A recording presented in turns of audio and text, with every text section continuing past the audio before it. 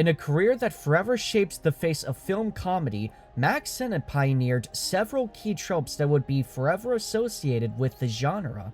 These included, but aren't limited to, pie fights, car chases, and the bubbling Keystone Cops. Directing more than 300 movies during his career, he'd also work with and help launch the careers of some of the most iconic actors of the old Hollywood era.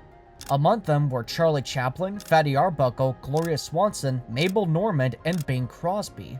Sennett was so influential to comedy, in fact, that he was dubbed during his day and by the history books as Hollywood's King of Comedy. Before he was known as Mack Sennett, the King of Comedy, he was born Michael Sennett in Danville, Quebec on January 17, 1880. He was the son of Irish immigrants John Sennett and Catherine Foy, with his brother George being born 3 years later. Raised in the town of Richmond for most of his childhood, his family eventually immigrated to Connecticut when he was 17, and upon graduating, he'd moved to Northampton, Massachusetts. It was during this time that he got bitten by the showbiz bug after seeing an opera show, and despite the efforts of his mom to talk him out of it, he moved to New York in 1902 to make his mark on the industry.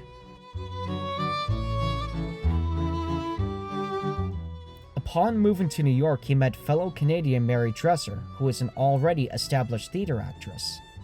It was here that he first took on the stage name of Mack Sennett and got his first role as a chorus boy in the show King Dodo. He soon transitioned to Broadway when he was fired after accidentally tripping over the show's star, Raymond Hitchcock. Over the next 5 years, Sennett would remain uncredited until he was cast in The Boys of Company B, and just 1 year later, on his birthday, he took his chance in the then new film industry and signed on to work at Biograph Studios. The studio also launched the careers of several people around him, including Mary Pickford, D.W. Racist Griffith, and the previously talked about Florence Lawrence. Which you should definitely go watch that documentary too, link in the description. Sennett rose through the ranks and worked as an actor, director, set designer, and any other job he could get his hands on. It was thanks to this experience that he eventually got financial support from Adam Kessel and Charles L. Bauman and formed Keystone Studios in 1912.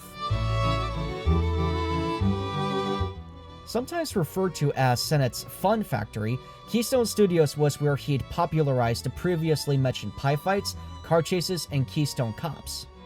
One thing I personally found interesting while researching this was, while the films definitely showed the talents of his actors and actresses, the humor was mainly formed around the situations they were in and the eventual chase scenes.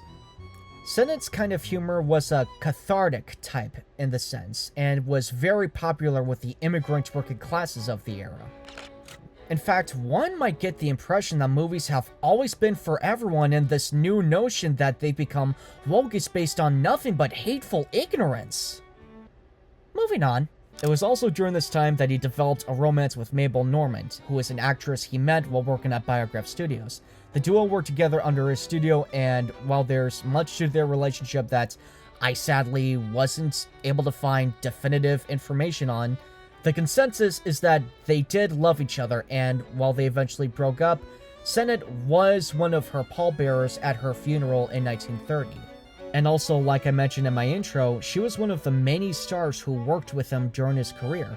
Just to name a few, again, like in the intro, we had Charlie Chaplin, who is one of history's most beloved filmmakers and comedians, and who directed The Great Dictator, which is a movie I would argue is the greatest comedy of all time. You've got Roscoe Arbuckle, who is a great comedian in his own right, and who also helped launch the career of my personal favorite filmmaker, Buster Keaton. And Gloria Swanson, who is arguably best remembered for her performance as Norma Desmond in the 1950 film Sunset Boulevard, and countless other stars who got their break just by working at his studio. In a way, he wasn't just a great comedian, but he was also a fantastic and unofficial talent scout. In 1917, Sennett gave up the Keystone trademark and formed the Mack Sennett Comedies Corporation. With his distribution being through Paramount Studios, he transitioned to more advanced forms of comedy and eventually full-length features. Sadly, much of his work during this time has been lost, mainly to films deteriorating and just not being properly taken care of. He did keep himself busy through the 20s and soon found new distribution through Pathé Exchange, which was an American branch of the French company Pathé François. The 20s also brought in the beginning of sound for cinema, and he was ecstatic about this. He was actually the first to make a talking two-reeler, The Lion's Roar, in 1928. Released through Educational Pictures, this was where he'd make much of his work for the remainder of his career. Sadly, while he was excited about the talking films, he didn't have the best of luck with them. This was mainly due to him relying on outdated techniques that he used to first make a name for himself. It's worth noting, however, that he did win an Academy Award in 1932 for his short film, Wrestling Swordfish. And aside from a brief stint at Paramount, his last film was the 1935 film The Timid Young Man, starring Buster Keaton. When he finally retired later on that year, he directed, produced, and in general, had been involved in around 1,115 films. Again, much of these have sadly been lost to time. But hey, that's still pretty impressive. Good work, Sennett. Just a few years after retiring in 1938, Mack Sennett was given an Academy Award for his contributions to film comedy, and he'd make occasional appearances on television and radio for the rest of his life before dying on November 5th, 1960, at the age of 80.